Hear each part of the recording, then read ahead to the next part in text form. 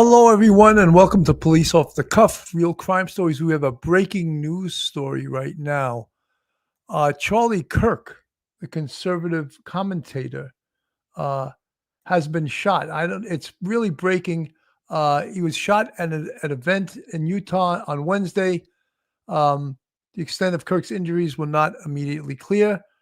The FBI is monitoring the incident at Utah Valley University. The agency's director, Kash Patel, said, "Our thoughts are with Charlie, his loved ones, and everyone affected. Agents will be on the scene quickly, and the FBI stands in full support of the ongoing response and investigation." Just before the shooting, Kirk posted an event at the university.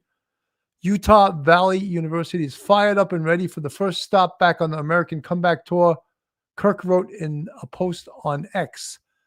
Utah Governor Spencer Cox said he's being briefed by law enforcement on the incident involving Kirk. Those responsible will be held fully accountable. Again, blah, blah, blah, blah, blah, from the politicians again. I'm going to go to CBS News. This is, again, a breaking story, and we're trying to get right on it to get up to speed on the case. This is from CBS News. Okay. Sam, I missed it if you said it, but if you just wanted to clear it up for me here. Security at this event or an event like this, would it include screening? Would people be able to just walk in with the arms swinging with weapons on them? Or are they patted down? Are there metal detectors? What do you know about that? So when these kinds of events are held on college campuses, on university campuses, very often, Maurice, it is up to the campus itself to determine what kind of security measures are in place. So we actually we're not really hearing much about what actually happened right now. I'm going to go to someone else. We'll see if we can get the report of what actually happened. How was he shot? Where was he shot? What part of the body was he shot? What is his condition right now? Those are all the things that we'd like to know, not specifically the political fallout from this. But let's go to Fox right now. Just a couple of moments ago, that Charlie Kirk has been shot. We have very few details so far coming in on this. We're dependent on witnesses. Okay. Utah Valley University. And he was speaking in front of a crowd. And in that moment, and correct me if I'm wrong, he was speaking about obviously trans issues in the country today. When a shot or shots rang out, and we can now confirm via Jason Chaffetz, who was at the event at Utah Valley University, that shots rang out as Charlie was talking about transgender mass shootings. Per Jason Chaffetz, a witness there, says he can't say that he saw blood, but he saw him he can't say that also that he saw him get shot, but he did hear the gunshot ring out, and he was watching Charlie, and then he fell back and to the left. We're giving you exactly the details we have from a firsthand account. Jason Chaffetz, what's that? Okay. Utah Valley University. Obviously, we are praying for Charlie Kirk as we do get word of this. Nicole Parker was with us earlier. We're bringing her back on this. Bear with us as we're just getting these brand new details. We pray that he is okay. All that we know right now is that shots rang out. He was apparently shot as he fell back after Jason Chaffetz described the sound of the gunfire. We're waiting on more details. Hey, Sean Hannity here. Hey, click here to subscribe to. So, this is breaking news. So all we really have right now is the fact that conservative commentator Charlie Kirk is shot on the Utah Valley University campus. Apparently he was giving a speech. They were talking about he had something to do with trans shootings. So we don't know the full story right now. We're breaking into this right now. A lot of the news stations are not up on it. They may not have been covering this live. Let me go to KSL TV, Channel 5. And estimations put the crowd at 2,000 to 3,000 people. So it was packed. It was a really full area, full venue, and relatively calm until this very moment. Charlie Kirk, a popular political activist, just to give you some background on him, 31-year-old conservative activist, father of two.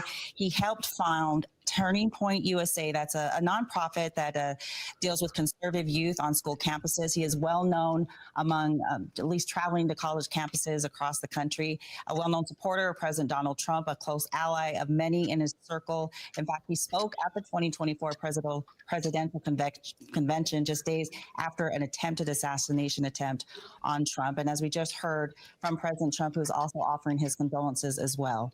Yes, political leaders taking to social media, Governor Spencer Cox among them.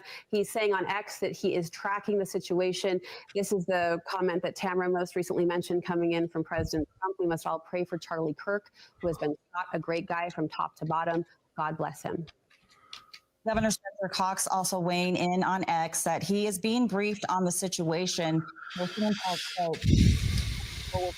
Fully accountable. Violence has no place in our public. You know, Phil, we're not getting a lot of information that we want to hear right now. Like we want to know his condition. We want to know how many times he was shot. What hospital was he brought to? How did this happen? Is there anyone in custody? We're getting a lot of political drivel right now, which leads to me that it wasn't being covered that well by the press because we're not having any live shots from the actual shooting or anything. So we're going to have to wait to see what kind of information we're going to get in. If anyone had a live shot, anyone has any further information about Charlie Kirk's condition. Again, just to recap what we know, I guess it would be about a half hour ago, conservative commentator speaking at the Utah Valley University, Charlie Kirk, has been shot. And that is basically all we know right now. There's someone else. I want to put another station live on the scene. And we'll see if we're getting any better information because we're really getting a lot of not real quick a comment. I saw the video of him getting shot on the internet before I went on. It looks like he gets hit either in the side of his neck or his head somewhere, and he goes to the left. He falls to the left, and then the video, the person that's taking it runs. They said eyewitnesses say one shot was fired, and I did see a video of a person being handcuffed. It looked like an maybe 50, 60-year-old gentleman, glasses. I shouldn't call him a gentleman if he's the perp, but that's what I know so far. All right, let's play this.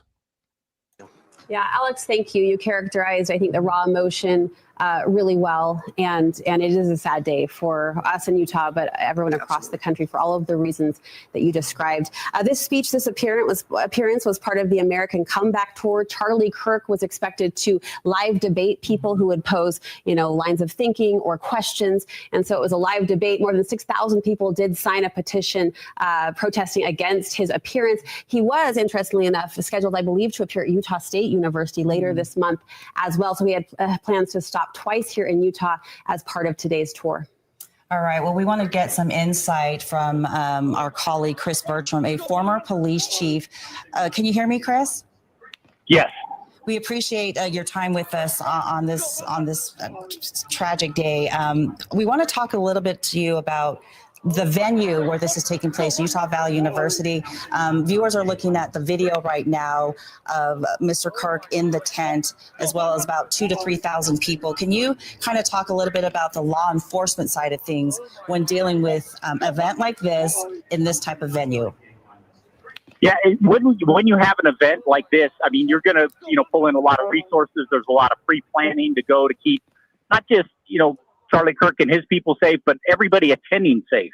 And so I would imagine that with the pre-planning that went on with the University Police, the Orem Police, Utah County, federal partners that may have also been involved with intelligence and securing the venue, I imagine that there was quite a bit of planning that went in to make sure that the entire day that he was on campus, everybody would be safe.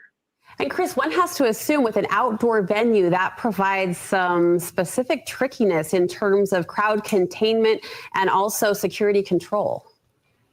It does. And it's one of those, again, going back to the planning, where the event is being held on campus. Are you securing the event, directly around him or including the buildings and other, open spaces? because it does become, tricky. We are, our public campuses, there are, rules with regards to firearms there, and people may be allowed to bring firearms on there. If you are locking the area down, specifically with magnetometers, that again adds another, layer of security. But again, what do you mean by that? What do you mean? How you want to do? Phil, we're getting a lot of drivel. I want to find out what happened to him, and we're just getting peripheral information. And look, if he was like you previously reported, if he was shot in the neck, that is a very, very vulnerable place to be shot. A very serious. So I'm getting in my ear. They're saying that the shot was fired from a building 200 yards away. That's the latest. Fox News is reporting that now. If he's shot in the neck, head, anything that area is going to be critical. I just hope that they were able to administer first aid, prevent bleeding, and get him to the emergency room as soon as possible. Obviously, thoughts and prayers at this point.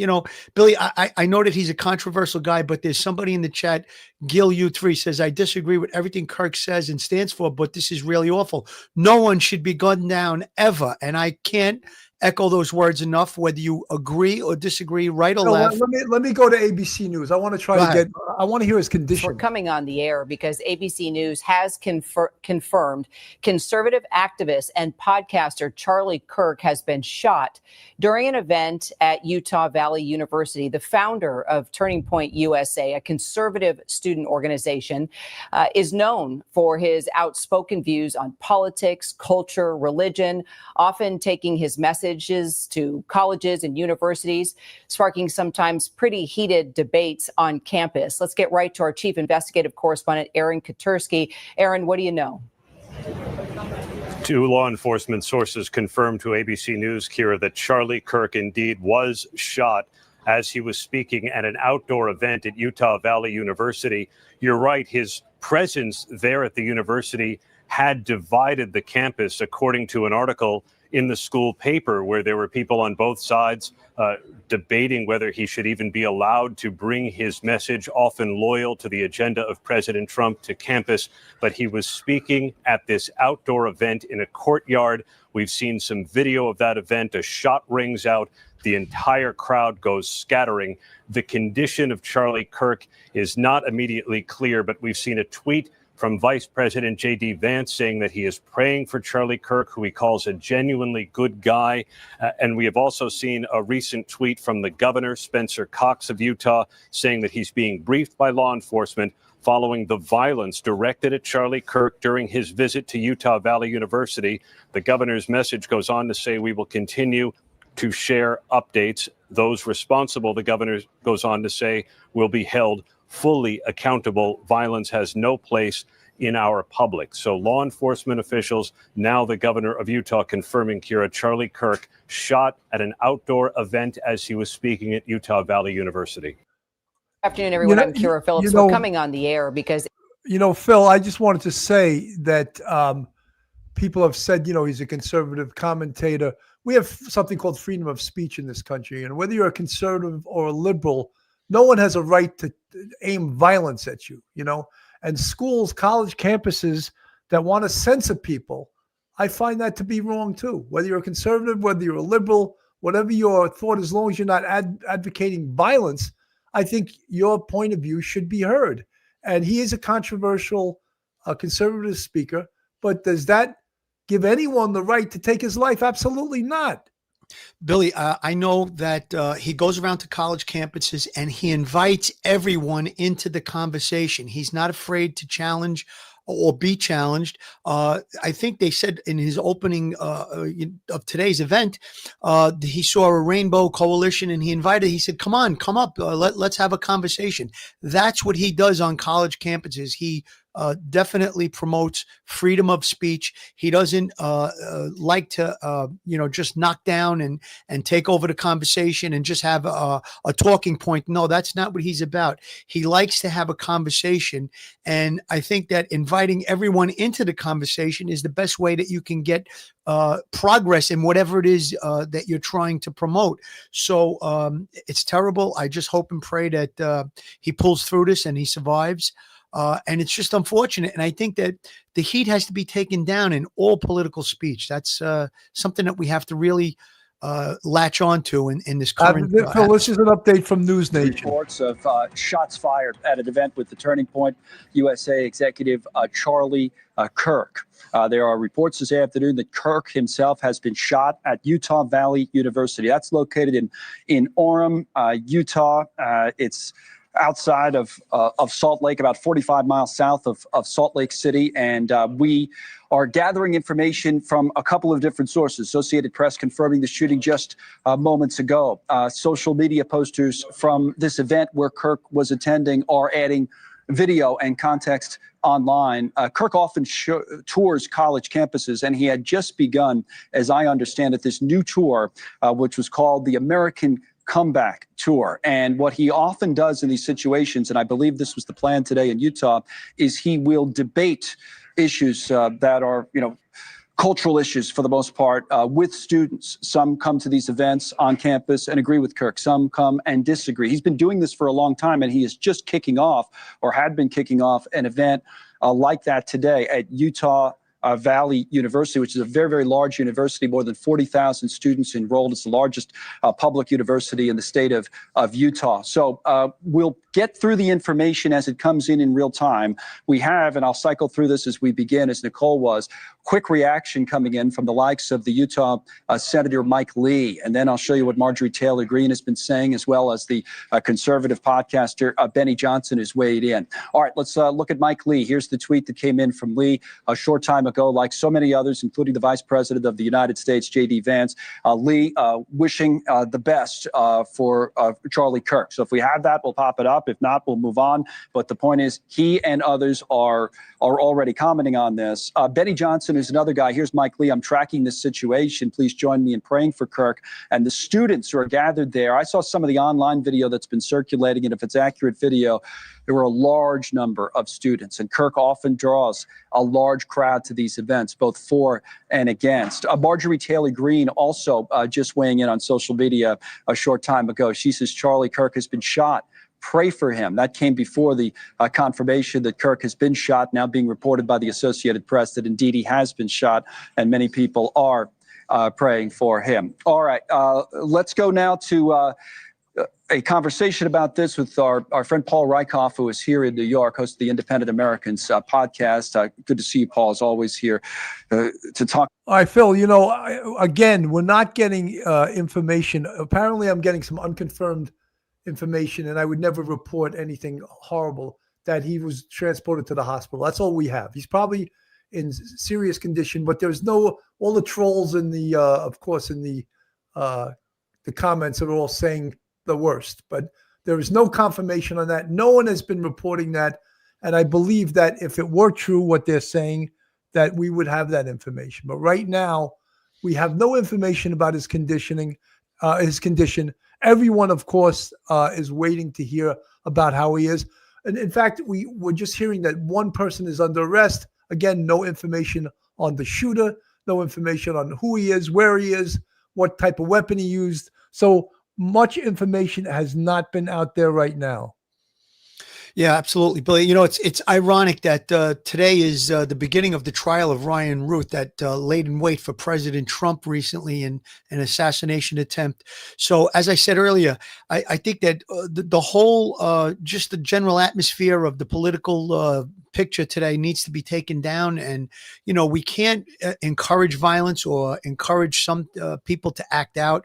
There are people out there that could be a little bit off and upset about certain things, and then they react. And a lot of times your words mean a lot, especially if you're a public figure or you have access to a large audience. So as you do, and as we do on this show, we wouldn't report things or say things that are inflammatory. We try to, just hash things out in a very logical and factual way. And I think that the politics should take the same course. Absolutely. This is CNN breaking news. Points USA. Charlie Kirk was shot at an event on a college campus in Utah. And the extent of Kirk's injuries at this point are not immediately clear. Let's talk now with CNN's Kristen Holmes. We have CNN political director David Chalian with us as well. Kristen, what can you tell us? Brianna and Boris, I want to be very clear. I cannot tell you that much right now because this is a very fluid situation. People are still trying to figure out the details, the extent of the injury, and what exactly unfolded on that Utah campus. As we have reported, Charlie Kirk is a close ally of President Trump's. Not only that, he is somebody who helped him get elected this cycle. He is often seen here at the White House. He runs Turning Point USA, which is a youth organization where he's tried to galvanize thousands of voters, Republican voters. He's also a controversial figure at times. He goes into these various college campuses, pushes conservative issues, gets into heated back and forth often with these students on these college campuses. But of course, none of that is violent. This is the first time we've seen this kind of reaction, obviously. So what we know right now, everyone is monitoring the situation. He was shot during this event on this Utah campus, and they are still unclear what exactly the extent of those injuries is. There are a lot of videos circulating right now on social media that are showing the crowds running away after gunshots went off. But again, we are still going through all of this and talking to sources to figure out what exactly happened and how Kirk is doing at this time. Kristen, please stand by. David, as we work to confirm some of these videos that are circulating online and we try to get an awareness of the status of Kirk's health, it's important to step back and point out the impact that he's had in recent years on politics and certainly conservative politics. He's turned this sort of grassroots organization, Turning Points USA, into a juggernaut when it comes to connecting youth conservatives and the conservative agenda on college campuses. Without a doubt. I mean, first, let me say my prayers are with Charlie Kirk right now, and I'm sure everybody watching feels the same. This is horrific to see what we're seeing here. You couldn't be more spot on, Boris. I can't sort of understate what Charlie Kirk has done inside the Republican Party as a force, especially around mobilizing younger voters. That's sort of how TPUSA first got its movement. But he is a talk radio host on conservative radio. He's the organizer of this group, does a ton of speaking publicly around the country. You can't go to any kind of sort of big convening of Republicans, and he is not a force there with an enormous following. In fact, I was looking on social media, on Twitter at 2:24, so not even 30 minutes ago, 29 minutes ago, he had posted images of himself before this huge crowd at Utah Valley University there outside of Provo. And he said, we're so back. You could see there was enthusiasm. He was passing hats around. You can watch him on. This is not important, what he's talking about now. We want more to know about what actually happened here, not the peripheral nonsense about who he is and what he is. Let's worry about how he is right now as far as his condition, what occurred, why someone can't speak on a college campus without some violent act like this occurring. These are some of the questions we want answered, not, not the peripheral stuff of, he was talking about this, he was talking about that. How about the fact that he's probably fighting for his life right now, Phil?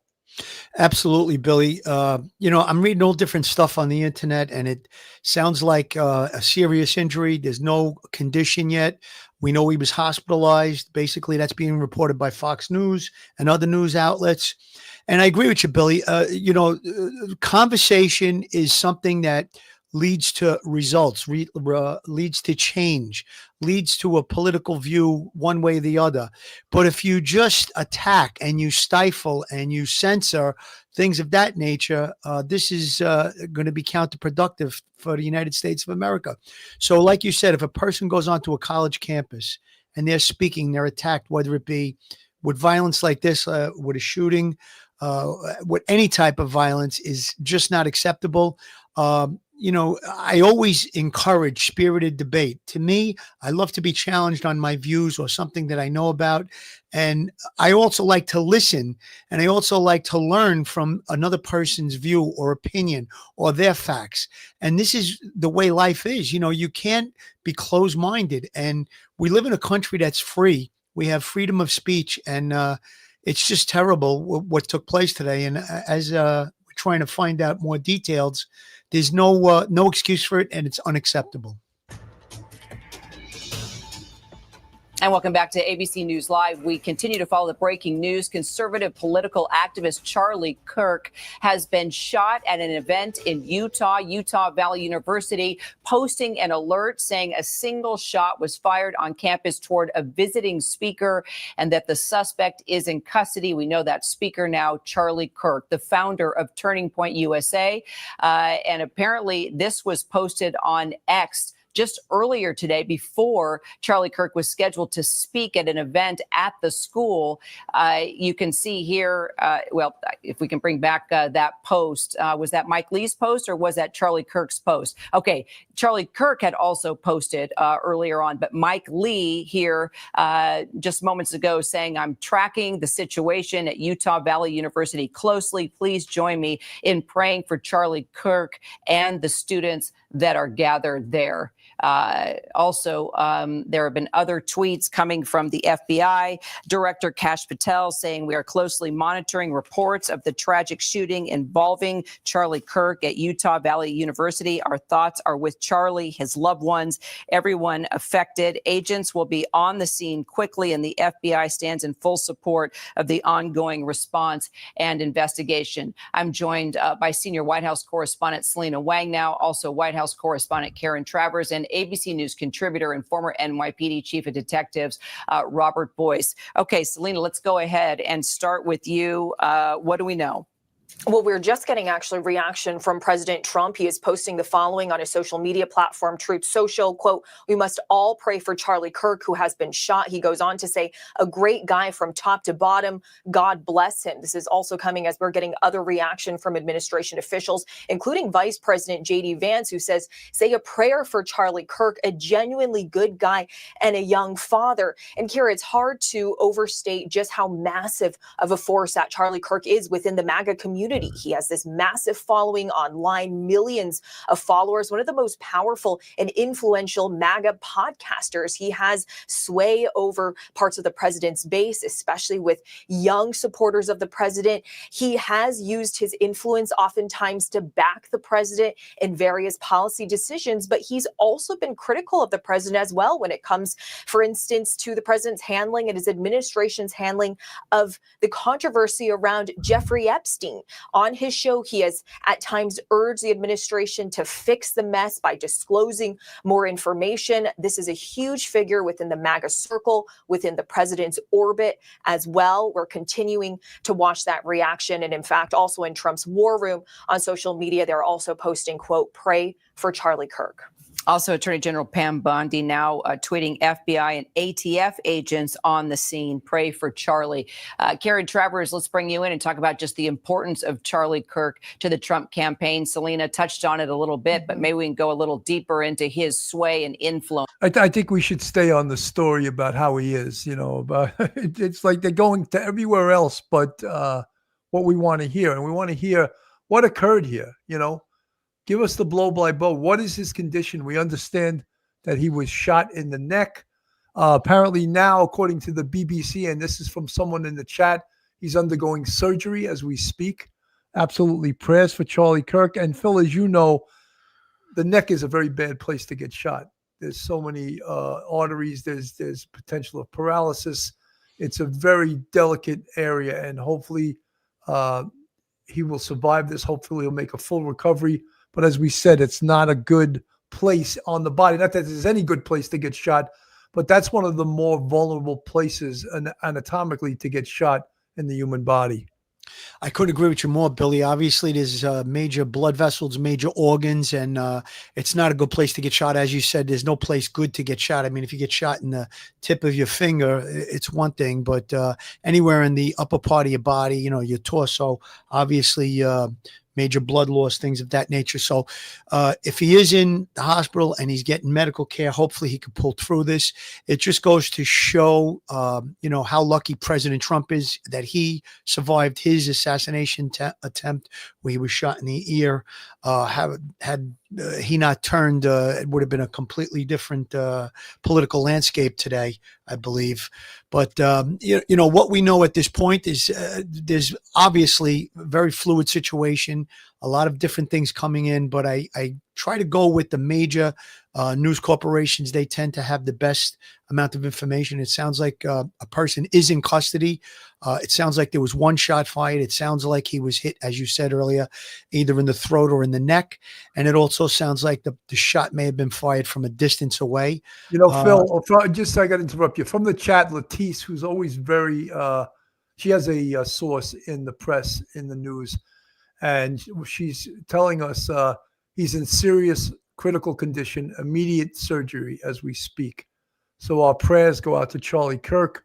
And again, we're getting that from Latisse, who is a very reasonable and smart person, and she's getting that information from someone in the press. Let me play this from Fox. Actually, the start of his American comeback tour. He was kicking that off today at Utah Valley University, and he's become famous online for when he does these. These are when he sets those tables up and has his Prove Me Wrong table. We've seen Charlie Kirk be so willing to debate anybody, anywhere, anytime in a common professional manner and talk about any topics that sometimes are a little uncomfortable for people. So he was kicking that off at Utah Valley University today. We've got Jason Chaffetz on the phone. Jason, we were reading some of your social media posts. You were there. You witnessed this. What happened? Well, it's a good crowd. A lot of people were chanting his name. I was there. My daughter was there. Son-in-law was there. My wife was there. I mean, Charlie Kirk coming to town. We were excited, and people were there, and there were lots of them. And he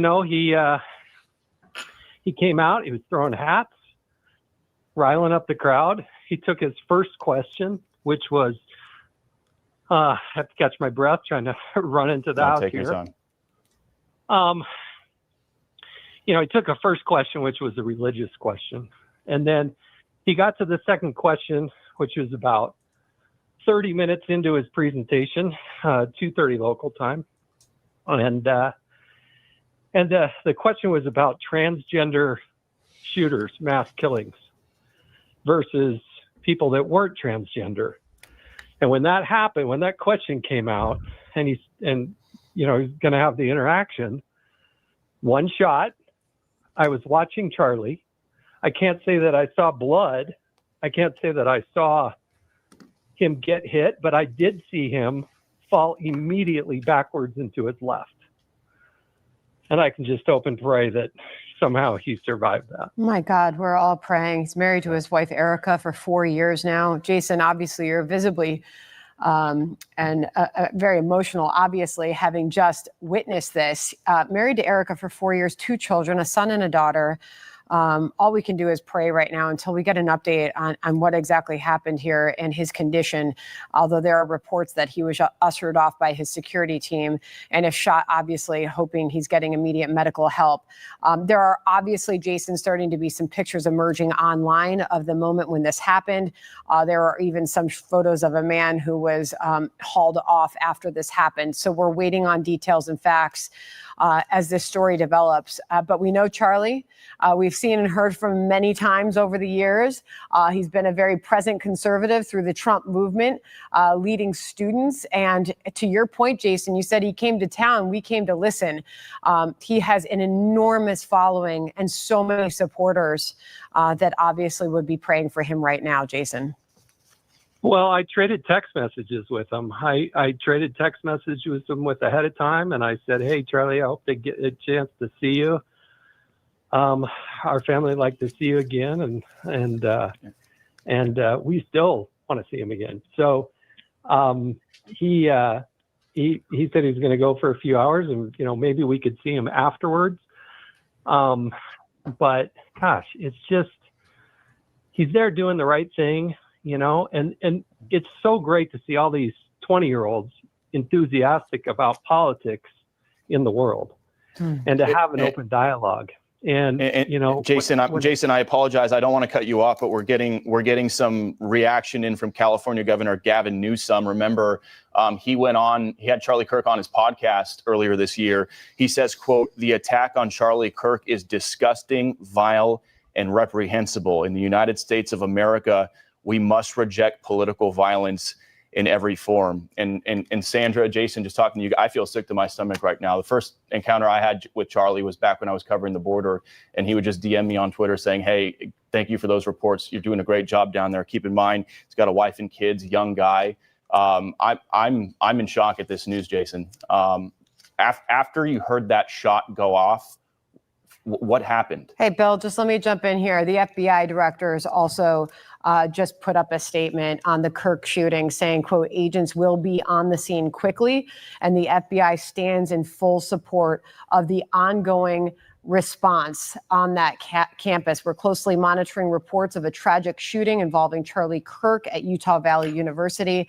Our thoughts are with Charlie, his loved ones, and everyone affected. Agents will be on the scene quickly, and the FBI stands in full support of the ongoing response and investigation. Also, the Secretary of the Department of War, Pete Hegseth, on Charlie Kirk, saying prayers for Kirk, an incredible Christian, American, and human being. May the healing hand of Jesus Christ be upon him. Still waiting on any details, Bill, to come in on his condition. Jason Chaffetz was with us, who was on site when this happened. And Jason, you said you couldn't identify blood, but you heard the shot and you saw him fall backwards when this happened. Please do explain further what you just saw happen. Well, look, I'm guessing there were 2,000 people there or so, and ready to have a dialogue and listen to Charlie and, you know, take one, come all. They answer questions. I in the, 45 minutes or so, that, since it's happened, not even that long, 30 minutes since it's happened. The question was, what about transgender shooters, mass shootings? And, but as soon as the shot rang out, everybody hit the deck, and then everybody started scattering and yelling and screaming, as you might imagine. And, I went from watching Charlie Kirk to looking over to, make sure our daughter and our son-in-law were okay. And everybody just was in disbelief and just scattered. At Utah Valley University, there's 40,000 students. Yeah. There's state's largest university. So there's what's called the quad in the middle, and anybody can come in and out. And Jason, if you could stand by with us as our coverage is going to continue. We're going to hand off to Martha McCallum here on this breaking news. Thanks for joining us. I'm Sandra Smith. Hey, everyone. I'm Emily Campagno. Catch me and my So, Phil, it's the coverage is continuing. It seems like there wasn't a lot of news coverage live, because we're just getting from Jason Chaffetz that he heard the shot, saw him fall backwards. To some folks that are just tuning in now, we're getting unconfirmed reports that Charlie Kirk is undergoing surgery. Also unconfirmed he was shot in the neck. The shooter apparently is in custody, but that's all we're getting right now. And retired Detective Phil Grimaldi and myself and my PD veterans, we know that getting shot in the neck is a very, very bad place on the human anatomy to get shot. So luckily he was rushed to the hospital really quickly, and hopefully they can save his life. Phil. Billy, I'm watching the video. I found the video of the actual shooting, and an extreme amount of blood comes out of the left side of his neck. So I just hope and pray that he could survive this. It does not look good at this point. I'm hoping that this video is, it has a warning on it, very graphic, and it looks like it's the actual video. But all I could say is thoughts and prayers. Let's hope and pray that this man can pull through this, but it does not look good from what I'm seeing. Something, look, colleges in the last few months have not, they've had a bad track record for gunfire. We've had some active shootings. We've had some false reports of active shootings. So it's like when we hear this, it's not like, oh my God, a shooting. We're getting too used to it, and we should never get used to someone shooting at someone, especially on a college campus. And, Charlie Kirk is he's really a brilliant guy. And the thing I find most amazing about him is he's so smart yet he never went to college. And he always uses that in his questioning to a lot of, would-be intelligent college students who may be master's degrees, PhDs, and he shreds all of them. He knows more than all of them, and they, hold up that piece of paper. I'm PhD, or I'm master's in this, or I'm this, or in that. And he says, well, you didn't know the answer to that question. So how good is a college degree? And I'm not saying, look, I'm an advocate of education. I think getting a college degree is a great thing, but he always questions that. And he's a very smart guy, especially for not being educated in that way. Billy, a lot of times you see these young kids, they go into these protests, they go into these rallies, and they go into these question and answer sessions with Charlie Kirk, and they don't have a lot of information. They're there for a cause, and they don't know anything about the cause, or they don't know anything about what it is, the subject matter of what they're talking about. They don't have facts. He's very fact-based, and he tries to I don't know if it's just, banter back and forth, but he tries to lay out facts. That's what I've seen as far as any of the things that I saw with Charlie Kirk on media. And, it's terrible that I saw a news report yesterday where people were at a rally for Zoran Mandani, who's the guy that's running, communist that's running for mayor in New York City. And they were asking the people outside questions about socialism and communism, and they had no clue, but they were there to support the guy, and they don't have any idea of what it is that this person stands for. So I think that that's what happens a lot of times. People show up at these rallies or these question and answer sessions just to be part of it. And a lot of times these young students, they don't have a lot of information. They don't have a lot of fact. Whereas this Charlie Kirk always had a lot of information, a lot of fact, welcomed anyone to come up to the microphone and ask him a question. He always was respectful. Anybody that got disrespectful, he would try to pull them back into the respectful lane. And it's just a shame that we have this kind of violence in our country today, between school shootings, this type of stuff, assassination attempts on the president. It's really, we've come to a place that's just surrounded by violence. And I think we have to address it. I don't know what the answers are, obviously, but I do think that freedom of speech and able to have conversations, whether you're on one side, the other, or you're in the middle, this is how you solve problems. This is how you come to, the meeting of the minds. And in politics, if you're on the right or the left, the idea of the politics in our country, the general idea is to try and come up with ideas to help the people of the country better, serve the people of the country, and meet in the middle. And I think that's what has happened in the last 10, 15 years or so, where politicians don't know how to come to the middle, meet in the middle.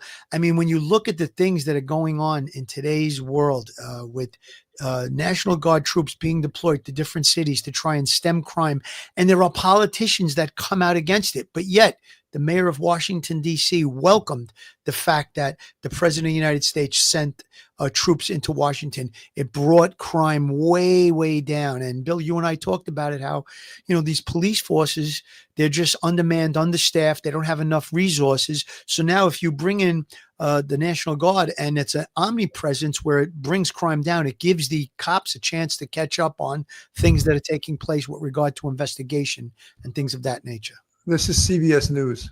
Who recalls what the alleged shooter actually said. Let's listen. Yeah, the man who, after they took him down, he yelled, "I'd do it again." Wow. Okay, that's what a witness said, that the one shooter who is in custody, we are told, the person said, "I would do it again." Scott McFarlane, as we try to make some sense of this thing here, there is no sense really.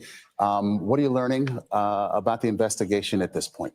The two law enforcement officials speaking with CBS News confirmed there is a suspect in custody right now. The university had said that. Now we have law enforcement sources saying the same.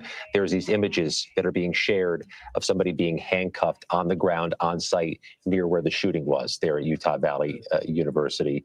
University is closed. There's an emergency response there being flooded by law enforcement, just as you'd expect. FBI, ATF, local police, campus security as well. There is this this notation that I made for myself to underscore a point.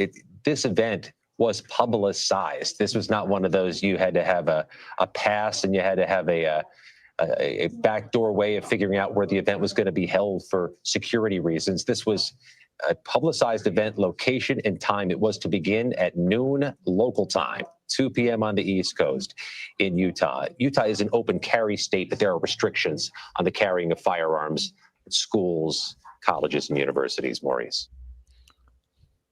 So unbelievable. We have a witness now who's joining us by phone. His name is Justin Hickens. He apparently was at the scene of the shooting. Justin, what did you see? What did you hear? I was about 20 yards away on Charlie's left. I had gotten there probably just a few minutes before noon. There was thousands of people there.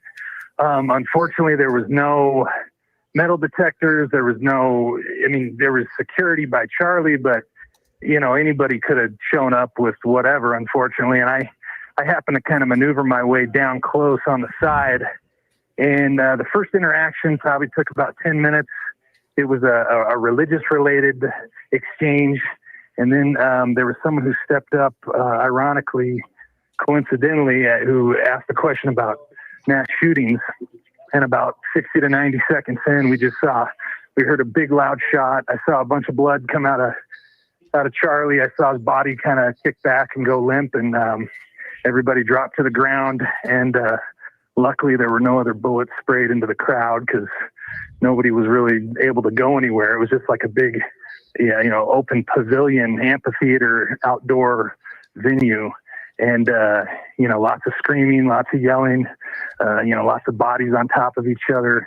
And after a couple minutes, people got up and started kind of running, getting out of there. There were some gates, some barriers that had been pushed aside and knocked over, and people were able to move. And I started to move quickly, and then kind of realized that I said, I think we're okay. And I kind of stopped walking away, and I kind of turned around, and all of a sudden I saw officers walking with this very elderly gentleman with white hair, and they had him arrested, had him on his knees. He was screaming about, his rights and all that stuff. And they cuffed him and put him away. And about 20, 30 other people just said, yeah, that's the guy. That was the shooter.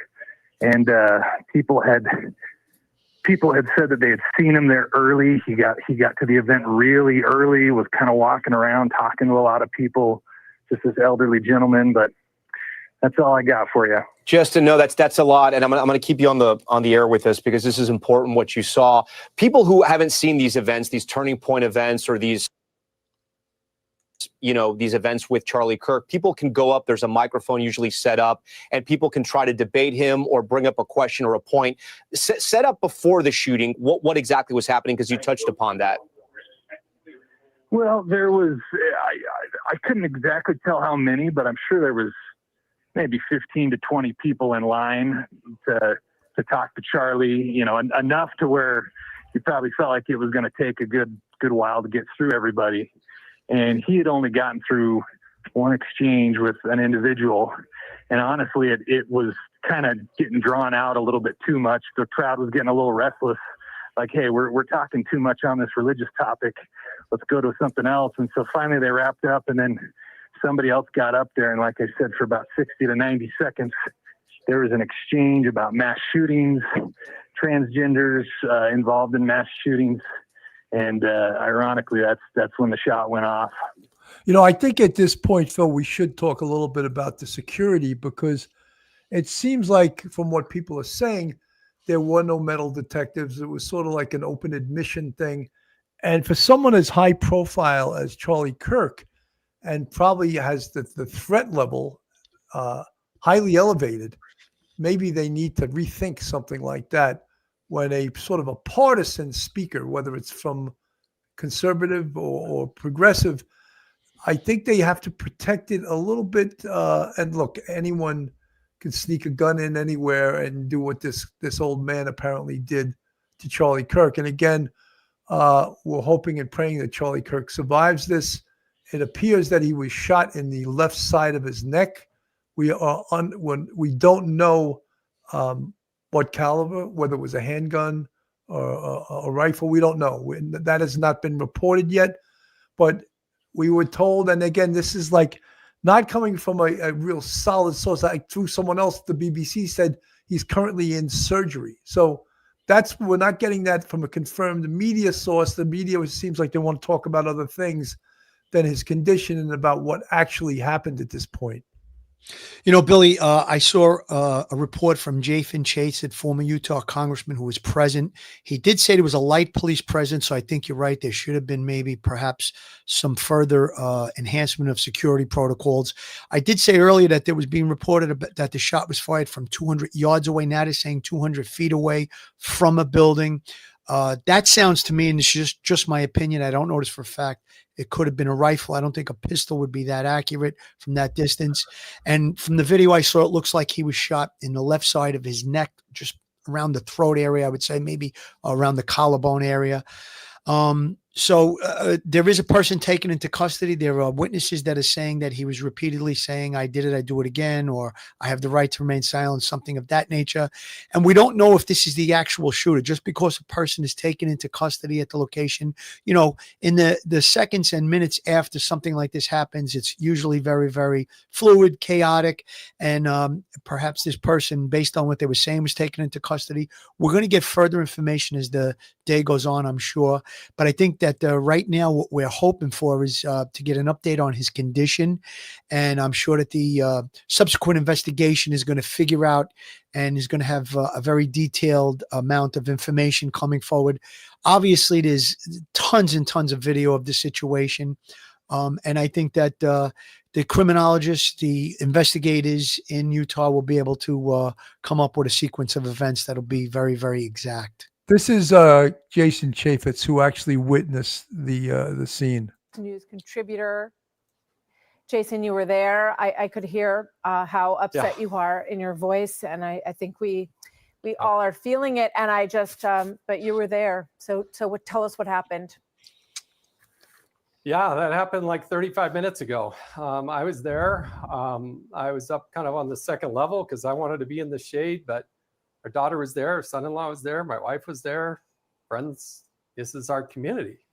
And, you know, there's 2,000 or so people. The Utah Valley University is our largest university, 40,000 students. And people came out to hear the dialogue, the back and forth. Ask them anything. That's what Turning Point and Charlie Kirk's all about. Ask them anything. First question was about religion. He went on for about 15, 20 minutes. Second question, interestingly, was about transgender shooters, mass shooters. And in the midst of that, the shot rang out. Now, I happen to be watching Charlie. I can't say I saw blood. I can't say I saw him get shot, but as soon as that shot went out, he fell back into his left. And everybody hit the deck. A lot of people started screaming. And then everybody started running, as you might expect. There was some police presence, but there was no security check going in. It didn't happen. Charlie has some security in front of him, but you got the sense that the shot came kind of straight at him. And I don't think there would be many vantage points too far away because he was under an awning. It's a bright, sunny, beautiful summer, end of summer day in Utah. And I just hope and pray that somehow, some way he survives this. Jason, we're just looking at the video of Charlie tossing hats. It's a gorgeous day, as you just said. Huge smile on his face, which is his usual composure. And he's getting up onto that stage. This is the kind of thing, and everyone can see it in the upper hand right-hand side of the screen right now, that he does. He brings a lot of energy, a lot of vitality, a lot of very astute conversation and analysis of the state of the country. And he climbed up on that stage like he always does and started taking questions. I just want to give the full statement. It's a short statement, and I know we're going to hear more from President Trump as we get more information, but this is the full statement. He said, "We must all pray for Charlie Kirk, who has been shot. A great guy from top to bottom. God bless him." And President Trump knows what it's like to be shot at. He was the subject of 2 assassination attempts that were thankfully averted. One obviously hit his ear. And in this case, we're seeing something that looks much more serious, I think is fair to say at this point, as we wait for more information about how Charlie is doing. You know, so give us a sense of this space, Jason. Were there security checkpoints on the way in here? You know, what was it like in terms of who could get in? So in that shot, I was standing to Charlie's, or off to the right. I wasn't right next to him. Like I said, I was up on the balcony. I had traded messages with Charlie prior to the event. When he announced he was coming, I was excited, told him we want to come see him. Then I sent him text saying, hey, hope I can see you afterwards. Our family loves Charlie. Wanted to get, see him again. Look, this is classes are now back in session. Kids can come and go. I would say that it's, if I had to guess, 95% local students. Like I said, it's our state's largest university. There were some members that weren't students that were there, but very few. No security checkpoints. It's a very open campus. It's very much a commuter campus.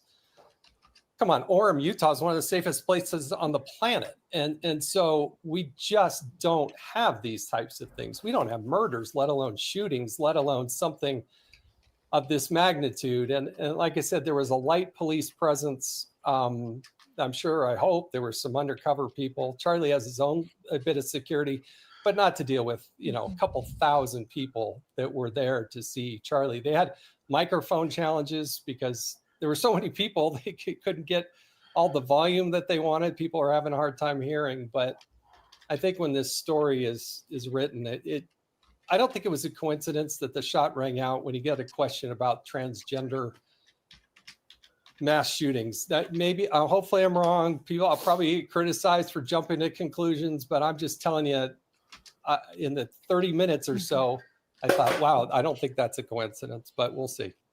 So, Jason, obviously there's a lot of images out there, a lot of video out there right now, but the university says that they have a suspect in custody. Did you have any sense of anyone in the crowd who was being taken down by people around this person? Anything of that? Well, look, as soon as I saw Charlie go back, you realized that it was a shot. I've been shooting. Phil, I think one of the things we're getting here also is that there was real lax security. It was just sort of an open campus thing. It was a beautiful day. It was slated to be just a nice outing. And then someone brings a gun and shoots the keynote speaker here, Charlie Kirk, apparently in the left side of his neck. And unconfirmed, we have that he's in surgery. We don't know his condition. No one has been reporting on his condition. And as Phil and I have said, I've been to thousands of shootings, unfortunately, in New York City as a member of Manhattan North Homicide Squad. And getting shot in the neck is a very, very bad place on the human anatomy to get shot. So let's just hope that the skill of the surgeons and the medical personnel and a little luck from prayer that Charlie Kirk can survive this. Yeah, Billy, the security detail that he has, I don't think is as extensive as, let's say, someone who is a high profile person, let's say a politician, a mayor, a governor, a president. I think he has an immediate security detail, meaning that it's a close by, so no one rushes the stage or anything of that nature. However, I don't think sweeps are done in the surrounding buildings or anything of that nature. I don't know that for sure. I'm just guessing at that. But you would think that somebody as high profile as him probably does get a lot of hate mail, hate speech, threats, that you would want to have some type of a security sweep of the area. And again, in a situation like this, with all these people, a couple of thousand people, if they had, cordoned off the area and had magnetometers, things of that nature that you would see at political rallies, that may have prevented something like this. But, you're mixing a free speech college campus with a high security target. So, we have to come to a better place with things like this. And is the security lax? I guess based on what happened today, yeah. I mean, whoever fired the shots was successful. They secreted themselves into that location with a firearm and were able to get a pretty good shot off. The video I saw, it looks like he gets hit in the left side of his neck, lower neck. And, you know, that's a fairly good shot. And it only seems like there was one shot fired. So I'm sure that any college campuses that host high-profile people, that there's going to be an uptick in security protocols to prevent stuff like this. You know, these college campuses do have police forces, but I don't know if they're up to date on, you know, that type of building surveillance and sweeps of locations that could be, you know, a perch for a sniper. This is from ABC News. Known for his outspoken views on politics, culture, religion, many times taking his message to college and university campuses. He had just taken off on this American comeback tour, and now we are told he's possibly fighting for his life in the hospital right now. We are going to continue, of course, our coverage here on ABC News Live, also abcnews.com. David Muir will be back with the entire team for World News Tonight. I'm Kira Phillips here in Washington. I'm glad you were able to tune in and follow this story closely with us. We'll bring you all the latest details as we get them. This has been a special report from ABC News. And our breaking news coverage continues now on ABC News Live Reports. I'm Kana Whitworth in Los Angeles. As you heard there, conservative political activist Charlie Kirk has been shot at an event on the campus of Utah Valley University. School officials saying a suspect is in custody. They're also saying the campus is closed. They're urging everyone to get out now. We are waiting on an update on the condition of Charlie Kirk. Again, we're told that he is in the hospital. Yes, he's a conservative activist. He is also a young husband and father as well. And we will continue to monitor this very closely. I do want to bring in Richard Frankel. He's a former FBI special agent in charge and ABC contributor. And Richard Frankel, I'm hoping that you can hear me here as you're seeing some video. This is playing out in Orem, Utah. These are pictures of students that are running from the scene. We've heard from witnesses about the chaos and the aftermath. You see that people just left their belongings. You can actually see a stroller in that picture. That's because students were invited to this event, but also people who were not affiliated with the university were also invited to this event. So we're being told now, again, from sources here, perhaps the suspect is not in custody. This is an ongoing investigation, and we're getting a lot of information coming in here from both the university, from sources, and from law enforcement on the ground. We're also told that the FBI and the ATF are responding. We're getting words now from sources about a possible manhunt that may be underway in this area. Again, this is Orem, Utah, and this all happened as Charlie Kirk was on his very first stop in his American comeback tour. This is part of his Prove Me Wrong conversations, and you can see here the crowd that gathered around the tent. It was much bigger than that. That's just a single shot. And this is something that he does. He goes around to campuses all over this country and has conversations. I want to share with you that from Turning Point USA, as they're inviting people to come to this event for a lively discussion of freedom in America, they said, you don't agree with Charlie? Great. You go to the front of the line. See you there. Again, he wanted to have discussions with people who disagreed with him about his views. I want to again bring in Richard Frankel. He's a former FBI special agent in charge. And Richard, I'm hoping that you can give me your assessment here. Again, as we know, the ATF, FBI are responding to this scene. And it's interesting as we're getting some conflicting information here about potentially a suspect of some kind that is in custody, but now we're getting information that there's also a manhunt as well, highlighting the fact that what we've heard from witnesses is that this was a single gunshot, one gunshot. There wasn't multiple gunshots here. Yeah, it could be that they have the right person, but there was another person associated with him, and now they're searching for that secondary person or other people that might have been supporting him. For all we know, he had a getaway car. He had support in the attack against Charlie Kirk. The other thing is that maybe they just got the wrong person. Shot rings out. They think it comes from a certain person. Everyone jumps on that person, and they then realize, no, we've got the wrong person. So now the bad guy is, in the crowd, in the wind, and has either escaped or at least is not at that location anymore. So now you're going to have to go back. You're going to have to go to the tapes As we've all seen, there are a lot of people using their cell phones, or I'm sure there are cameras from the university. They're going to go back to those, try to triangulate on where the shot may have come from, and see if they can identify who the shooter was, if they don't, in fact, have the shooter. They're still going to be using all of that information to, again, try to see if they do have the shooter, was he being or she being assisted by anyone else? Was this a conspiracy of sorts, or is this a lone wolf shooter? These are certainly important to nail down these details. I want to bring in our chief investigative correspondent, Aaron Katersky, here, because, Aaron, it sounds like for a moment there was some conflicting information coming from the university, but now you've spoken with officials from the Orem Police Department that are now saying that there is no suspect in custody. So does that insinuate here that the suspect is at large, that there's a manhunt underway? It does seem that way, Kana, and it's not clear whether the authorities know who they're looking for or not.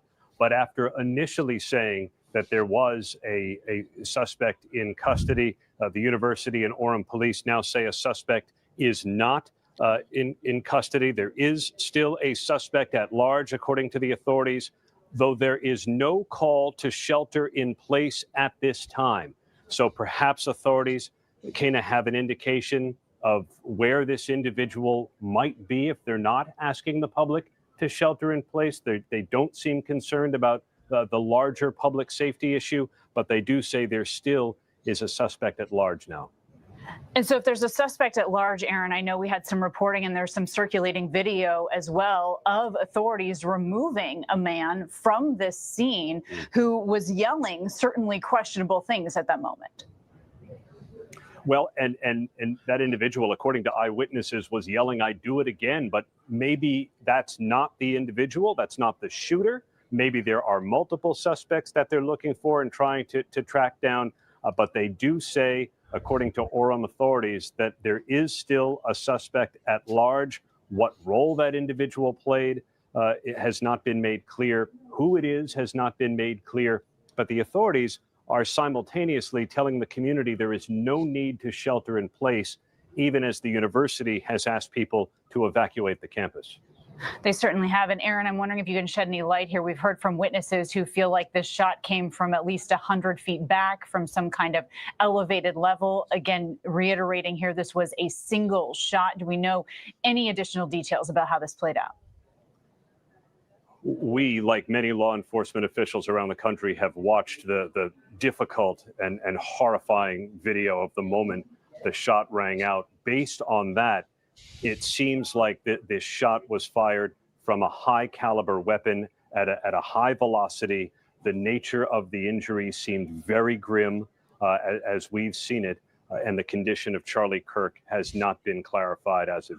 You know, Phil, I was going to say, and you know, it doesn't make any sense to me as to why there is no shelter in place or no lockdown. That makes no sense to me.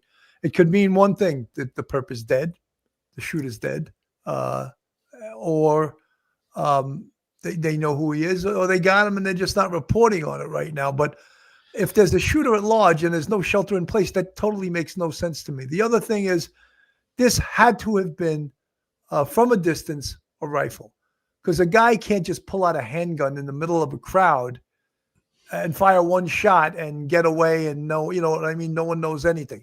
I think, and just based on my experience and watching these things, I think that it had to have been a rifle and from a distance and one shot. The accuracy also would tell us that. Latisse, thank you so much for the 1999 super sticker. Living My Best Life, thank you so much for the $49.99 super sticker. Thank you. You know, folks, when we go up live on these, we try to give you accurate information and not, not put out sensational stuff. But, you know, based on what we're hearing, and even it screams to me volumes that we're not hearing. Usually when you're not hearing about the victim's condition, that is not good news. It's just not. And I don't want to predict that. I'm saying prayers for Charlie Kirk, and I hope he makes it through. But again, getting shot in the neck with a high velocity round is not good. Is not good for your health or for your survivability. Phil. Yeah, I've seen the video, and it was an extreme amount of blood that does come from where the bullet looks like it hit him in the lower neck. If there is, proper medically trained staff close by that can attest to that and put pressure on it, the survivability does increase. From basic pictures that we're seeing, it looks like, to me, they're talking about a building 200 feet away. Sounds like a rifle. And the tent seems to cover a good part of the top of his head from that last video that you played. So if someone is firing down, that's where, if they're aiming at the face, the bullet drops a little bit from 200 feet away. It would go into that area. I'm agreeing with you, Bill. I do think it was a rifle. I do think it was fired from a bit of a distance away. And as far as this person that's taken into custody, I saw the video, a still picture of it. It's an elderly person. And perhaps this is a diversion to let the real shooter get away, or it could just be someone that was spouting off and they believed that this was the person that fired the shot. Could be that this person was underneath the location where the shot was fired from, or in a close proximity of that.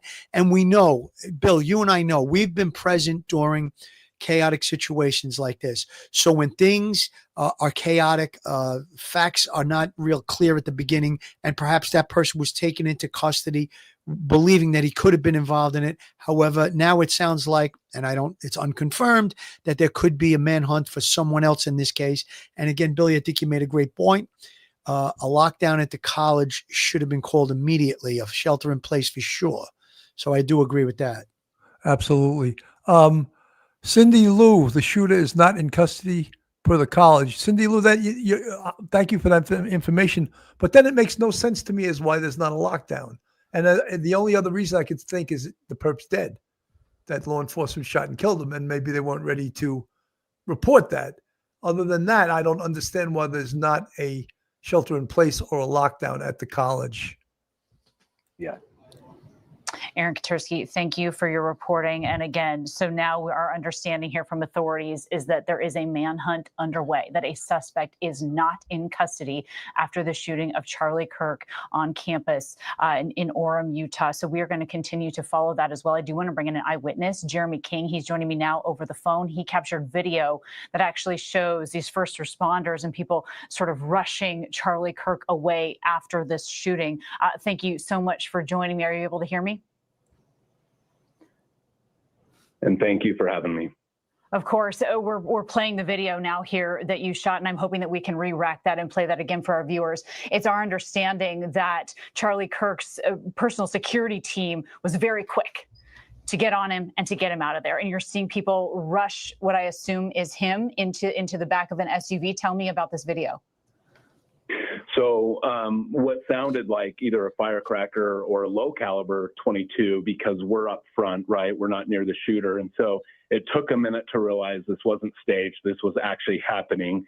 He fell back in his chair. And at that moment, everyone went down. Everyone that I could see went down. I stood over my wife looking for an active shooter. At that point, we didn't know what was going on. And very quickly, they escorted Charlie out. At that point, I knew, this is just a single shot event, or it felt like that was just a single shot event. So we evacuated what looked like the quickest way out, which happened to be following Charlie. And so at that point, knowing that this was, a very significant event, I pulled out my phone and recorded the security putting Charlie in the vehicle that we saw him arrive in just moments before this. You're also seeing what looks like local police sort of keeping the crowd back there at the very end of this video. And as we're discussing this, I'd like to remind our audience that not only is he a conservative activist, he is a young husband and has young children. I think that's really important to keep in mind as we're discussing this, because that video that you shot is very scary. You can see Charlie Kirk's arm sort of just hanging there. Right after the shot, Charlie, I looked at his face and it was lights out. I mean, his eyes closed. He fell back. He did not move. And that was the moment where it was, this is real. This is really happening. The police officer, he ran in front of me and a few others behind me that were exiting out that way. And then we moved out and around to the outside. And, this was only the second question of the night. The first question was kind of lighthearted. Everyone was clapping, and it was fun. It was very lighthearted up until that moment. It got a little more serious with the second question, but up until then, it's just very surreal. It's my understanding, and a bit of cruel irony here, that this second question was actually about gun violence. Correct. It was gun violence and with the LGBTQ community and whether or not they should be allowed to have firearms. And he just started to reply to that when the shot went off. I think I can maybe hear your wife in the background too, Jeremy. I'm happy if she wants to chime in here as well. I'm interested in all perspective that you can share as you're speaking. We're seeing pictures as well of the aftermath here. And one thing that stands out to me is that people's items are just strewn about. People ran. There's a stroller there. I mean, there are people there with their kids. Oh, there was families there with their kids. We were standing by a couple that had checked their kids out of school just so that they had the opportunity to see Charlie Kirk. There was not just UVU students, but older generation. I mean, just a wide spectrum of ages. Security. Yeah. And maybe Amy could speak to the security because we had tickets, but we never had to show any proof of those tickets. We were never screened. And frankly, we were able to move right down 15, 20 feet away from Charlie during the event without ever passing anyone or showing any kind of identification or tickets. And am I guessing there was no metal detectors, anything like that to walk through? No, not at all. Like we were literally on the front row. I mean, it was open campus. I mean, Right. it felt like a campus. People are coming and going. Charlie's a big enough name now that it's surprising that they haven't maybe changed that platform and how they address the college students. Folks, this is a horrible situation. As we said, a lot is being told to us right now by not telling us. If there was good news, I'm sure it would be coming back to us. But we're not getting good news. And the part of the part of the body, again, that Charlie Kirk was shot at, the survivability rate is very, very low there. It's a horrible place to be shot. Again, we're saying prayers, but something, we're not getting information back as to his condition. That could also be that they want to get his family to the hospital. They want to make sure that they know first before the entire world knows his condition. What we're also getting is that there's potentially a manhunt for the shooter. The shooter has yet to be ID'd, whether it's by the FBI or the Utah Valley University Police. We're not getting information on who the shooter is. Lots of times during these college shootings, these active shooters, you're amazed at how fast they identify the shooter, how fast they identify the weapon, how fast they identify the perch from which the shooter fired the shots. But we're getting none of that information today. So I'm wondering, based on what we're not getting, is that good or bad news? And I said, usually when you're not getting the information, it's bad news. Phil. Excuse me, Bill, I'm monitoring in my ear live news coverage from cable news, and I also have my computer on. Excuse me. Based on the video that I've seen and the other video that was just played with him being put into the vehicle, I've seen that before, and I'm going to say it doesn't look good. It's not being confirmed. A lot of people are talking about that he may have passed. I think the tone on the news media, on cable news, is not good. It sounds grim. But there were two things that were pointed out just now, live updates. New York Times and another news outlet are saying that the person that was taken into custody was not the shooter, and the shooter is still at large. There are two different news agencies that are reporting that, as well as the cable news network that I'm listening to now. So the shooter is not in custody. That was erroneously reported early on. The person who was taken into custody and handcuffed that I saw the picture of, I described an elderly person, is not the shooter. So that is something that's new. Based on the video that I saw, Billy, and what I saw him being carried into the car, extreme blood loss. He looked like he was unconscious going into that car the way his arm fell. So I don't know if there's survivability there. I hate to even think like that, or I hate to even talk like that. But that was a very, very bad injury. Very bad injury. You know, Phil, we're hearing unconfirmed reports, and as I said, Latisse from the chat, she always has great information, and there are some Real America's Voice just confirmed that Charlie Kirk has passed away. That's a horrible situation. Young family, young guy, exercising his freedom of speech, you know, and just a horrible situation here. And some of the things that we're reporting does not make sense. That why is there no shelter in place? You know, why? I don't understand why. So let me go. I'll play this. This is Banfield. Thank you for being so willing to have this platform and speak out against these things. Well, it's critically important. God bless. Go seek get something calming right now, and go and hug someone you love, and just be with someone. Don't be by yourself. It's my best advice. And again, appreciate your details. Thank you. Thank you very much. I'm going to say a couple more things to my followers who will stay on with me right now.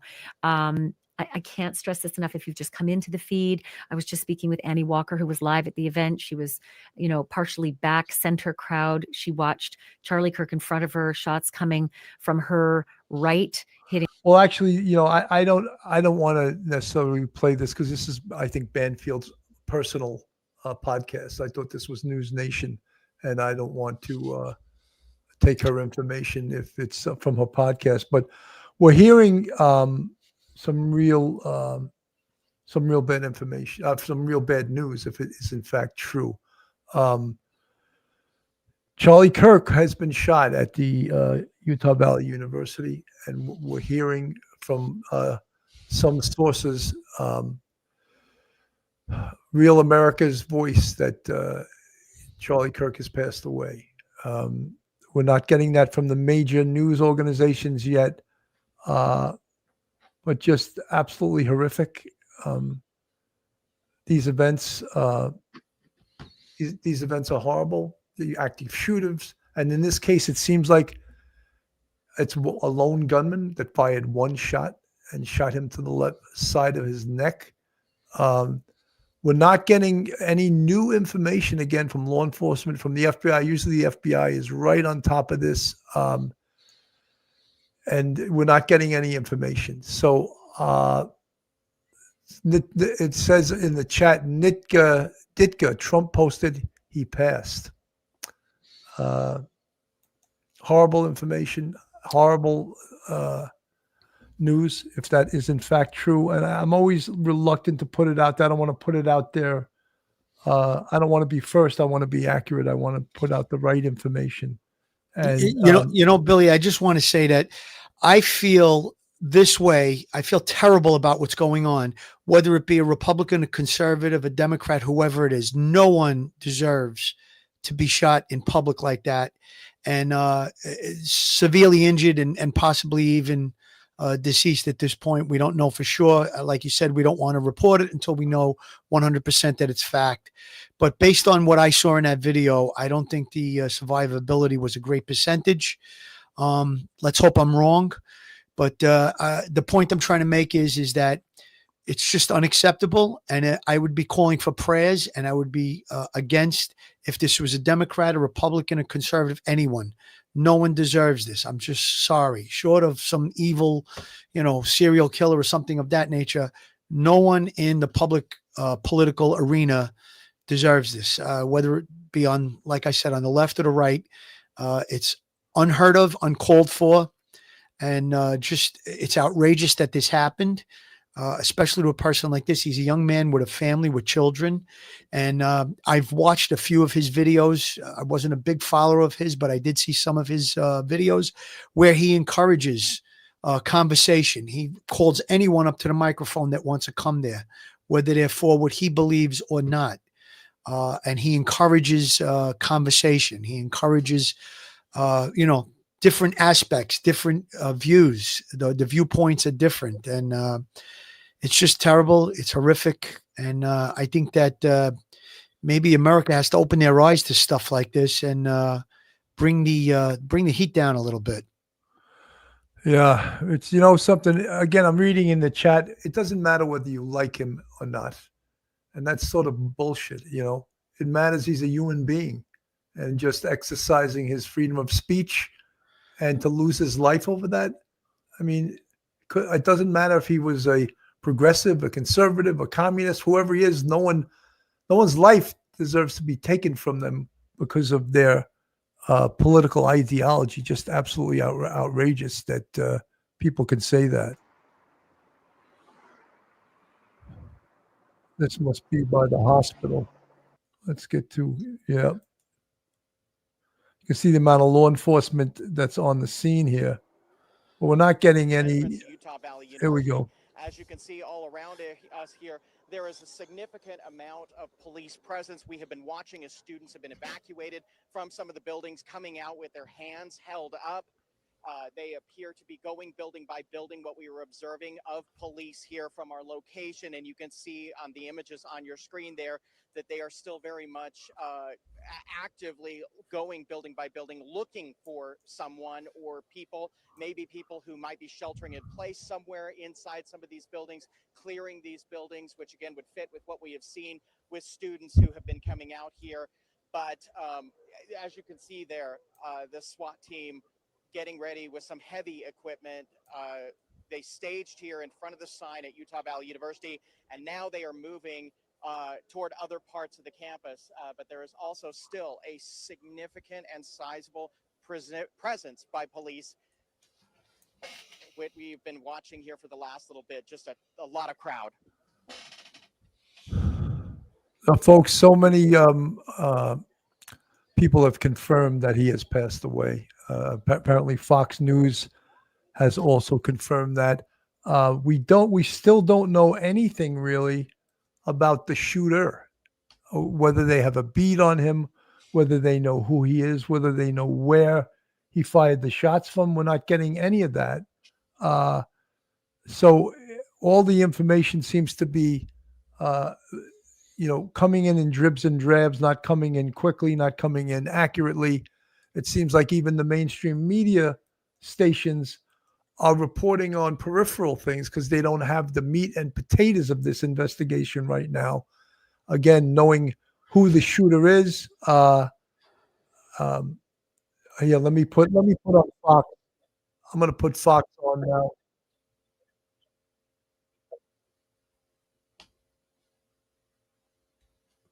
This is, of course, AP continuing to report he's in critical condition after being shot there in Utah. Of course, videos posted on social media circulating, very disturbing, from Utah Valley University show Kirk speaking into a handheld microphone while sitting under a white tent with the slogans, "The American Comeback" and "Prove Me Wrong." A single shot rings out.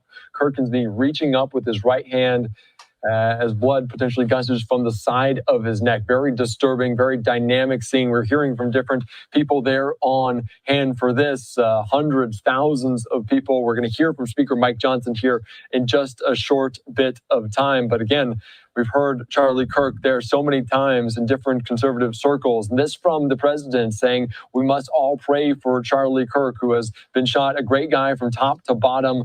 God bless him. So plenty of reaction right now as we're also potentially hearing on the ground on Capitol Hill, Chip Roy, the Republican speaking out. Let's listen in.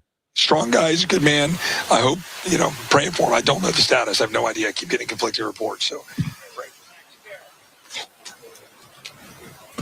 All right, you just heard there, Chip Roy, conflicting reports right now about the condition in which Charlie Kirk is in right now, but the AP reporting critical condition. So we're going to continue to follow that here. Apparently, from someone in the chat, Heather Earl, he's gone. May God bless, comfort his wife and kids. And apparently the New York Times 6 minutes ago, audio power user Andrew Colvett, Kirk's spokesman, says Kirk is dead 6 minutes ago from the New York Times. Just absolutely horrific situation. And again, we don't have a lot about the information on the shooter. Right. So there was a petition for him not to come. It was signed by a lot of people. And above him on the balcony, because it was in kind of a bowl. So there were probably 10 or 15 protesters with signs and one pride flag. But most of the people in the crowd were just really excited to see Charlie Kirk. Like we talked to one sophomore here at UVU who had a big cutout of Trump, and people were wanting to take pictures with it. And there was an older couple behind us who came down from probably like 15 or 20 minutes away. And so generally everyone in the bowl who was actually participating in the event seemed really excited for him to be there. Have you ever spoken to Charlie Kirk? Because he. So, Phil, again, I'm going to keep you talking here for a while. I want to try to check with some other resources we're getting a lot from the. Bill, I'm looking at the New York Times online, and it's saying he was killed. I don't know if that's confirmed or not, but that's what the New York Times reported it about 4 minutes ago. Charlie Kirk is killed in shooting at Utah College. That's a New York Times website. I have Fox News in my ear, and they're still saying that he's in critical condition. But New York Times and several other media outlets are reporting that he's. Yeah, Phil, I got the New York Times in front of me right now. Charlie Kirk, right-wing activist, fatally shot in Utah. Mr. Kirk, 31, a close ally of President Trump and one of the most influential right-wing figures in the United States, was killed while speaking in front of a large crowd on a university campus. So there it is, folks. It is confirmed. That's coming. Fox is just confirming it now, Billy. That came from President Trump that Charlie Kirk has passed away. Right. It's so, confirmed. folks. It's all confirmed at this point. If you know me, if you follow my show, I don't care whether I'm first or not. I'd rather be accurate, especially when reporting on the death of someone. Kevin Badman from the chat, shooter is not in custody. Yeah, Kevin Bodman. We've been reporting that apparently the shooter is not in custody, which one of the things that makes no sense to us then is why was there no lockdown? The school remained open. If the shooter is not in custody, I don't understand that call. Do you, Phil? Phil, do you understand that? I was listening to something else, Bill. I'm hearing. Could you just repeat it? What it was? I said the perp is not in custody, and there's no lockdown. No lockdown at the school. That's obviously something that I think is a mistake. However, they may have information that the perpetrator left the campus. I think as err on the side of caution, I would have did a lockdown, a shelter in place till more facts had come forward that this person wasn't on the campus and acted alone, and then maybe we could release the lockdown then. But I agree with you that, Billy. But just a horrible situation, and thoughts, prayers for his family. Charlie Kirk is dead, and I don't know where we go. Let me go to ABC News here for helping to bring young people into the movement to get President Trump back into the White House. There you see him. He was sitting under a tent right there at the university. There you can see another view of him. He was taking questions from the crowd, interacting with them, which is what he often does on his trips around the country, and had just begun another swing through the country. There had been thousands who signed petitions for him not to come. On the other side, there were at least 1,000 who said he should come to campus.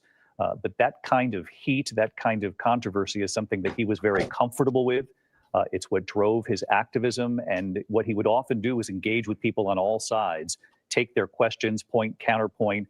And it was during one of those moments, during one of those questions, that then gunfire a distance away, as you heard from Aaron Katursky, not confirmed, but believed to be a couple hundred yards away, somewhere on that campus. Gunfire then rang out after a question about gun violence in this country, about mass shootings in recent years in the United States. Then all of a sudden you heard the gunfire, you heard the gasps of the people who were gathered there, some people saying run. And of course the image itself is just simply.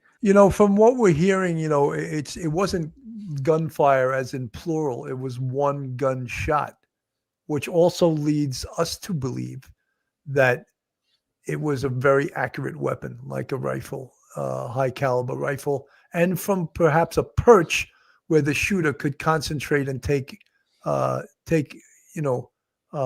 his time with aim and all of that stuff. So we're not getting all of the information right then. As I said, I'm surprised that law enforcement hasn't come out with a name, a picture, an MO, all of that type of things is sort of lagging behind, and a little bit concerning that there is no lockdown, no shelter in place. A little tough to understand. Horrific. You could see that he was shot. It looked like in the neck, though we'll let authorities confirm that.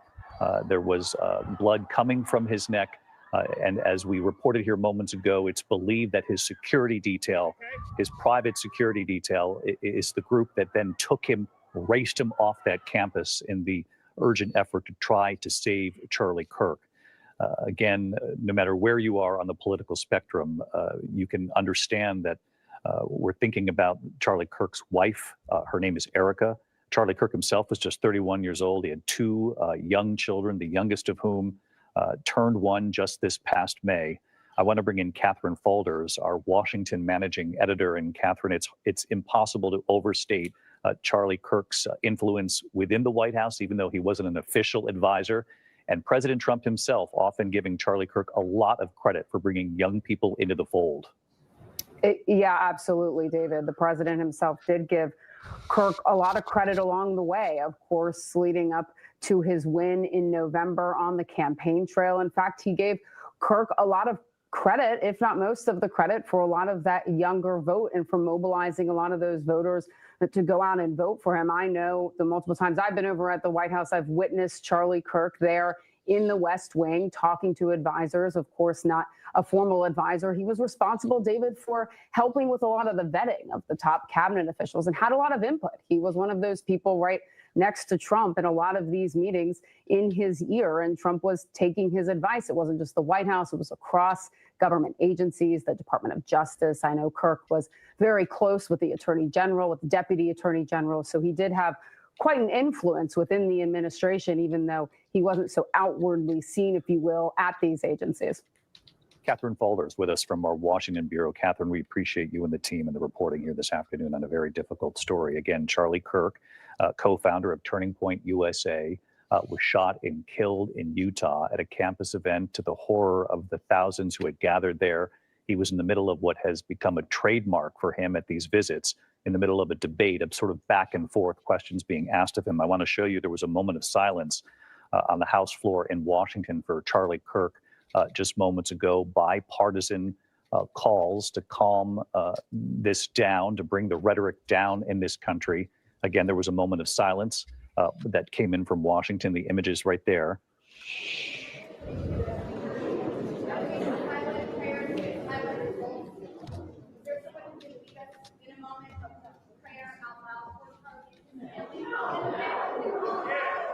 There have been calls from both sides of the aisle to do something to tone down the rhetoric in this country. There are some of the images from the House floor, and we're even hearing from former Vice President Kamala Harris, who obviously was in a very contentious campaign against President Trump leading up to the most recent election. Charlie Kirk obviously was working to help get President Trump back into the White House, and even so, the former vice president saying, "I'm deeply disturbed by the shooting in Utah. Doug and I send our prayers. Let me be clear.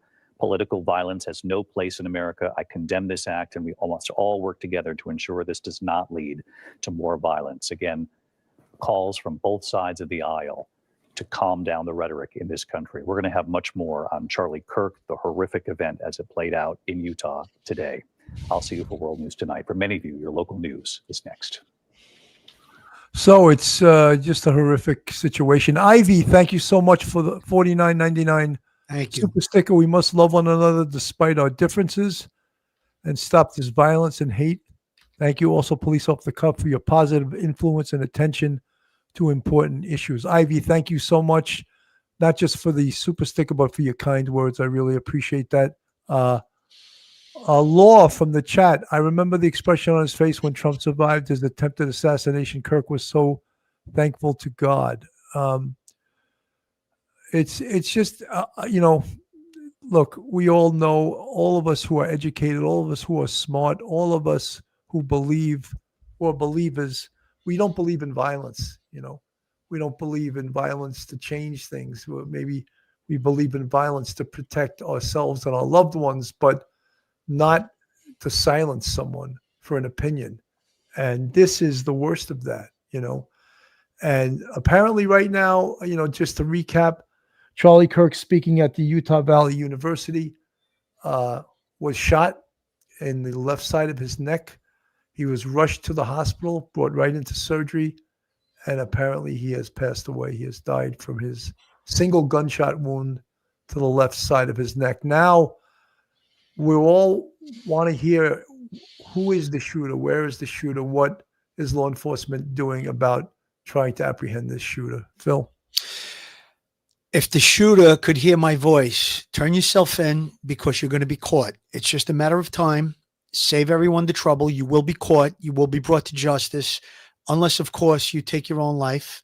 I hope that no one else feels the violence that this scumbag perpetrated on Charlie Kirk today. And I just want to see no more violence. I want to call for calm and peace. And I know that there's going to be haters out there that are going to say horrible things about Charlie Kirk and people that follow his beliefs and his speeches. But we must ignore them. There's always going to be the haters. There's always going to be the trolls. Giving them any kind of recognition is the wrong thing to do. You must ignore it. This is a person. This is a human being. This is a family man that died today for no reason at all other than just having freedom of speech. And we must keep this person in our thoughts and prayers. And keep a good thought if you're not religious.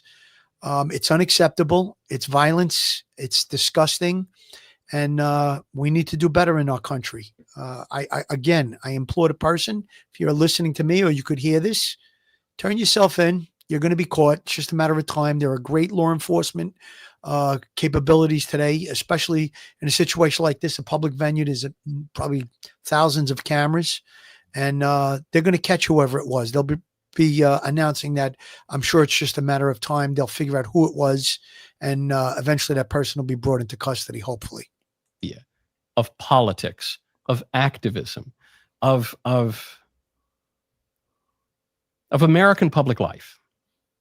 And so then I think, all right, why did we all have such confidence that Charlie would be president? Well, he looked the part, very, very tall. This is from the Daily Wire. I don't think I want to get Nephilim. into this right now. I want to hear about what's going on to apprehend the perpetrator here. I don't want a eulogy right now. The poor man just died in a violent situation. Bill, I'm sure investigators right now are perusing video to try and see where this perpetrator, I would say by now they probably have figured out where the shot was fired from. And then they're going to obviously peruse different videos from that location and where this person exited from. And then they're going to try and identify the person and, go on the hunt to try and take that person into custody. A lot of times with these things, we do see that the person does try to get away, but I think it's just going to be a matter of time. Again, I hope there's not going to be any violence when this person is identified and law enforcement moves in to take this person into custody. The only violence that we want to see today is the violence that already took place that we can't reverse. And let's hope that the law enforcement officers that are working on this to try and capture this person are safe and there's no more injuries or death to anyone else. No, absolutely not. It's so horrific. I'm going to go to Fox. I'm trying to get the most up to date. It seems even the media isn't right on top of this, and perhaps they're busy since this is a national story getting to the scene. Maybe they weren't covering this. Interrupt here right away. President Trump has just posted on Truth Social that Charlie Kirk is dead. I'll give you the quote from Mr. Trump: "The great and even legendary Charlie Kirk is dead. No one understood or had the heart of the youth in the United States of America better than Charlie. He was loved and admired by all, especially me, and now he is no longer with us. Melania and my sympathies go out to his beautiful wife, Erica, and family." Charlie, we love you. I will just echo that. We will pray for him in another life. So everyone quite somber in regard to this. So our own Rachel Kemp. Just absolutely horrific. Let me get this off the screen. There's no, again, what we want to hear of who is the shooter, what's going on in regards to the manhunt for this shooter, but there's no, right now, it doesn't seem like there's a cohesive law enforcement voice. There hasn't been a presentation, there hasn't been a press conference. So we're sort of left depending on the national news stations. And believe it or not, they're far behind on this story right now also. So, we're not getting, as I said, up-to-date news.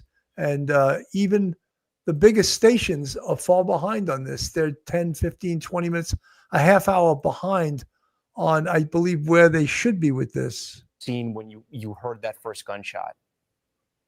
Hi, thank you. I'm sorry, guys. Are you there? Taylor and Haley? Yeah, we're here. Yeah, we're here. Sorry. Again, I don't know if you were able to hear me. Tell us what you remember seeing. Did you hear the gunshot? Yeah, we did. We heard the gunshot and people just started dropping. And so my wife, my biggest concern was getting her down and laying on top of her. I looked over and saw him as he was falling out of his chair. And I saw the blood coming out of his neck. And it was just, people panicking, kind of chaos. But everybody worked together. Everybody kind of came together and was, what can we do to help everybody and get everyone safe? Taylor, I don't know if you heard, but the president announced that Charlie Kirk has passed away. Knowing that you went there to see this event and then kind of witnessing that, what are your thoughts tonight? Well, it's just sad. Honestly, it it makes me angry. I do get very angry about it, that somebody could have this much hate inside them as to want to take somebody out of this world. And, it's just sad as well because our world is so divided at the moment. And I feel like people just need to get along. And, he was trying to help. He was incredible. Charlie's freaking amazing. Our kids love him. Everyone around here loves him. The crowd that was there, everybody was so happy and fun and having such good time. And it's the kind of people that he drew. And for it to turn into what it did is just sad. Haley, what do you remember seeing or hearing when you were there with your husband? I just remember the pop and everyone looking around questioning the same question that I was questioning, if that could have been a real gun. Kind of sounded like a louder version of a pop gun. And then there was like a more military stature looking man in front of us, and he was pushing people down saying, everyone get down, that's a gunshot. And then the next thing you know is you're just trying to look for your exits, and he's saying to stay down, but do you run? Do you stay down? Do you crawl? You don't know what to do. Yeah, it's terrifying. I'm sorry you guys had to go through that today when you just went to go, hear somebody speak. When the gunshot rang out, they're saying it was from 200 yards away, which is pretty far away in a different building. For people that aren't familiar from where this happened, the place where they're saying the shot came from, is that somebody where they could have sort of been hidden, maybe incognito or just sort of covered and then gotten a shot off? Because I asked you this because they're still looking for the suspect. Initially, they thought they had a suspect, but now they're still looking for a suspect. So there's like a causeway, like a walkway from building to building, and there was a lot of people up top. And that would be where somebody probably could have been. It sounded in that area. And I don't see how anyone in the crowd, everyone was shoulder to shoulder. I don't see how anyone would get away in a group like that if it was in the crowd. So to me, it sounded about 60 feet away. I instantly looked to where I thought it was, and it was, I would say, about 60 feet in about the more top area, but middle of the crowd. And I didn't think it came from up top, but with knowing that he hasn't been caught yet, he had to have been hiding. We're living in some sort of very violent times, whether it be mass shootings or these political assassinations and assassination attempts. Did you guys know what you were witnessing when it happened, or was it all just so strange? Yeah, I think we knew instantly because everyone around us kind of stopped, looked at each other, wondered if it was real, and then dropped to the ground. And we kind of talked about it on our way there, that he's super brave to not have like a bulletproof glass in front of him, and not in Utah. No way. Utah's respectful. Like that would never happen. So you even acknowledged that. That's incredible that you Yeah. guys acknowledged that, because you thought, hey, what can happen the times that we're living in, and he's out there speaking Yeah. to these people, and then this happens. Yes. We didn't think that, not in a million years, it would happen, let alone in Utah. Yeah. It's very sad. It's angering. We've got to come together and love each other and listen to each other. Like Charlie, he never yelled at anyone in anger or made them try and believe his opinions and his facts. I've listened to him, and I was very impressed with how smart he is, and especially when he talked about never having gone to college. I mean, he could quote the most sophisticated authors of our time. And I didn't know that. He never attended college. Yeah, brilliant guy. Yeah. And says something. He was self-educated, not from a university, not from a college, but he was self-educated, and he could pretty much match wits with anybody. Just a very, very, very smart guy. And a lot of you folks, we're all preaching to the choir because we're all good people. But do this show and watch this show.